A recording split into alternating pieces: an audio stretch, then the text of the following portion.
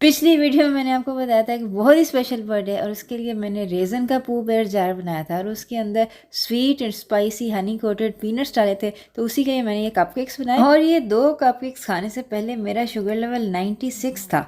तो मैंने सोचा कि देखूं कि खाने के बाद कितना होता है। 1 घंटे बाद मैंने टाइमर सेट कर दिया और 1 घंटे बाद मेरा शुगर लेवल 82 हो गया। यानी केक खाने के बाद मेरा शुगर लेवल घट गया। लेकिन कहानी यहाँ ख़त्म नहीं होती। बर्थडे का कपकेक था, जाहिर सी बात है डेकोरेट तो करना था। तो मैंने उसके ऊपर क्रीम लगाई और क्रीम लगाने के बाद जब मैंने शुगर चेक किया ना, तो मेरे तो आसान ख़ता हो गए। तो वीडियो एंड तक देखें, एंडिंग बड़ी ड्रामेटिक है।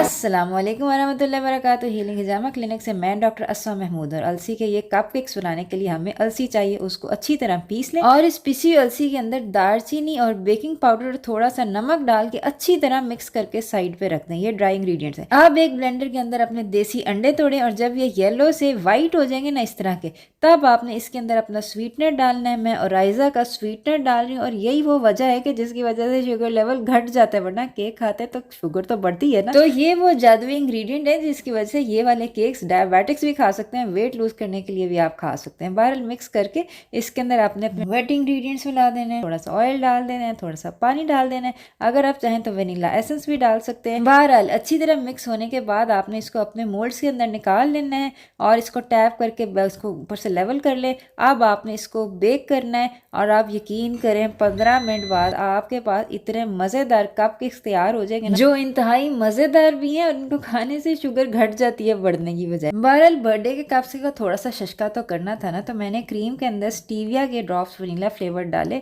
अच्छी तरह क्रीम को मैंने बीट किया और ये देख सकते हैं कितनी अच्छी है क्रीम बीट हो गई है पीक्स के साथ। तो मैंने कपकेक्स के ऊपर ये जो है ना क्रीम जो है ये लगा दी। ठीक है, अब मैंने कहा क्रीम की वजह से ना हो कि शुगर बढ़ जाए, तो मैंने फिर से अपनी शुगर चेक की।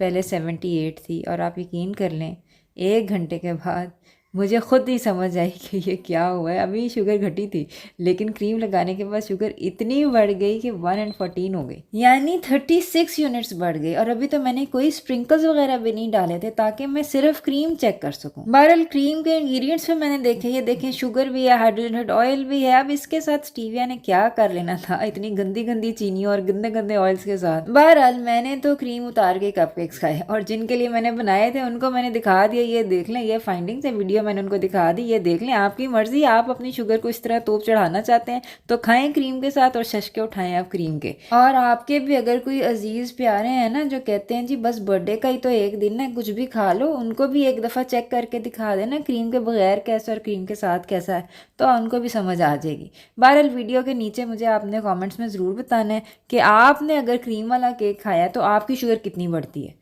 तो कहने की बात यह है, हर मज़ेदार चीज़ खाएं लेकिन अपनी सेहत पे कॉम्प्रोमाइज़ ना करें। अपना ख्याल रखिएगा। आइंदा मुलाकात होती है। अस्सलाम वालेकुम वरहमतुल्लाहि वबरकातुहू।